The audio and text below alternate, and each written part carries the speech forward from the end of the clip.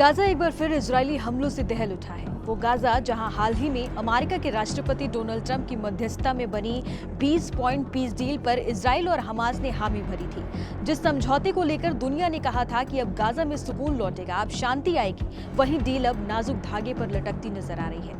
मंगलवार शाम इजराइल ने गाजा पर जोरदार हवाई हमले शुरू कर दिए। चंद घंटों में कम से कम 33 फिलिस्तीनियों की मौत की पुष्टि हुई है। सवाल उठना लाजमी है कि जब इजराइल इस समझौते पर सहमत था तो फिर अचानक बम क्यों बरसे। नमस्कार, मेरा नाम है अनुषी गुप्ता और आप देख रहे हैं एनडीटीवी इंडिया। इजरायली सेना आईडीएफ ने दावा किया है कि ये कार्रवाई उस वक्त हुई जब हमास के लड़ाकों ने इजरायली सैनिकों पर हमला किया, जिससे युद्ध विराम की शर्तों का उल्लंघन हुआ। रक्षा मंत्री इजराइल कैट्स ने ये कहा है कि हमास ने लाल रेखा पार की है। सैनिकों पर हमला करने और बंधुकों के शव लौटाने के समझौते को तोड़ने की सजा उसे कई गुना चुकानी होगी। प्रधानमंत्री नेतन्याहू के दफ्तर से जारी बयान में बताया गया है कि उन्होंने सेना को तुरंत और ताकतवर कार्रवाई के आदेश दिए हैं। रिपोर्टों के अनुसार इजराइल ने इन हमलों से पहले अमेरिका को भी सूचित किया था। गाजा सिटी में शिफा अस्पताल के पास एक इमारत पर इजरायली मिसाइल गिराई गई, जिसमें 4 लोग मारे गए और कई घायल हुए।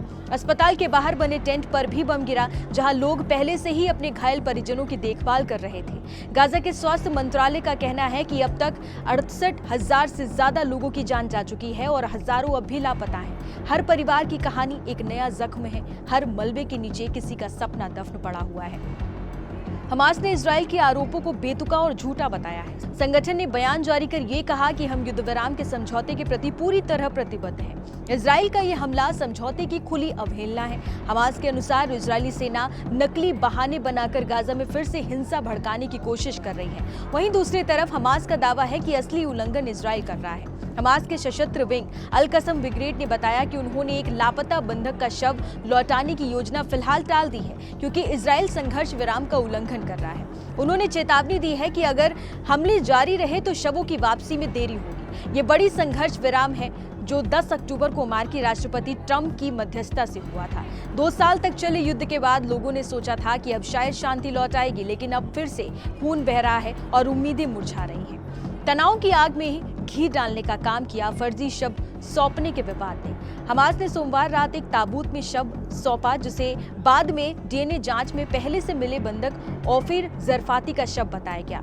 इजराइल ने इसे स्पष्ट उल्लंघन बताया। अमेरिकी राष्ट्रपति डोनाल्ड ट्रंप ने ये कहा कि कुछ झड़पें होंगी, लेकिन शांति को कोई खतरा नहीं होगा। वहीं उपराष्ट्रपति जेडी वैंस ने ये कहा है कि सीजफायर टिके रहने की उम्मीद है। हालांकि उन्होंने माना कि इजराइल को अपना बचाव करने का हक है। एक्सपर्ट्स का मानना है कि नेतन्याहू जानबूझकर स्थिति बिगाड़ रहे हैं ताकि युद्ध विराम को तोड़ने का बहाना मिल सके। नेतन्याहू हर बार नया बहाना ढूंढते हैं ताकि गाजा में फिर से हमला किया जा सके। वो देखना चाहते हैं कि अमेरिका कितनी दूर तक उनकी कार्रवाइयों को बर्दाश्त करेगा। हालांकि कुछ जानकार ये भी मानते हैं कि अमेरिका और उसके सहयोगी इस समझौते को टूटने नहीं देंगे।